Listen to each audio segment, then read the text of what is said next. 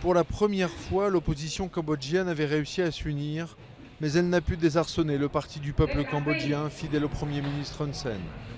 L'homme fort reste populaire chez ceux qui lui accordent d'avoir ramené la paix, mais selon de nombreux observateurs, son camp a aussi triché pour garder le pouvoir. Il est difficile d'affirmer que ces élections sont justes et libres. L'égalité des chances n'a jamais vraiment été garantie. Le Premier ministre, 60 ans, dirige le pays depuis 28 ans sans concession. Et il semble établi qu'il a rempilé pour 5 ans. Son parti revendique 68 des 123 sièges du Parlement contre 55 pour ses adversaires. Une victoire bien plus étroite qu'en 2008.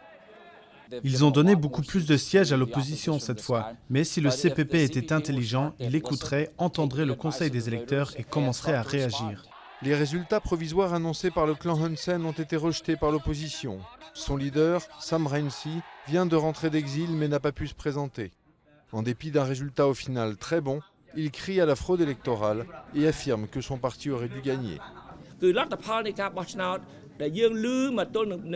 Le CNRP n'accepte pas les résultats que nous avons entendus jusqu'à présent, parce qu'il y a beaucoup de doutes, de soupçons sur le fait qu'il ne reflète pas la volonté du peuple cambodgien et qu'il la détourne.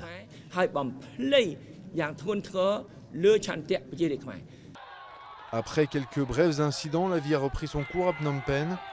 Il faudra plusieurs semaines avant que la commission électorale n'annonce les résultats définitifs. Mais à moins d'un sérieux coup de théâtre, Hun Sen entamera un nouveau mandat jusqu'en 2018.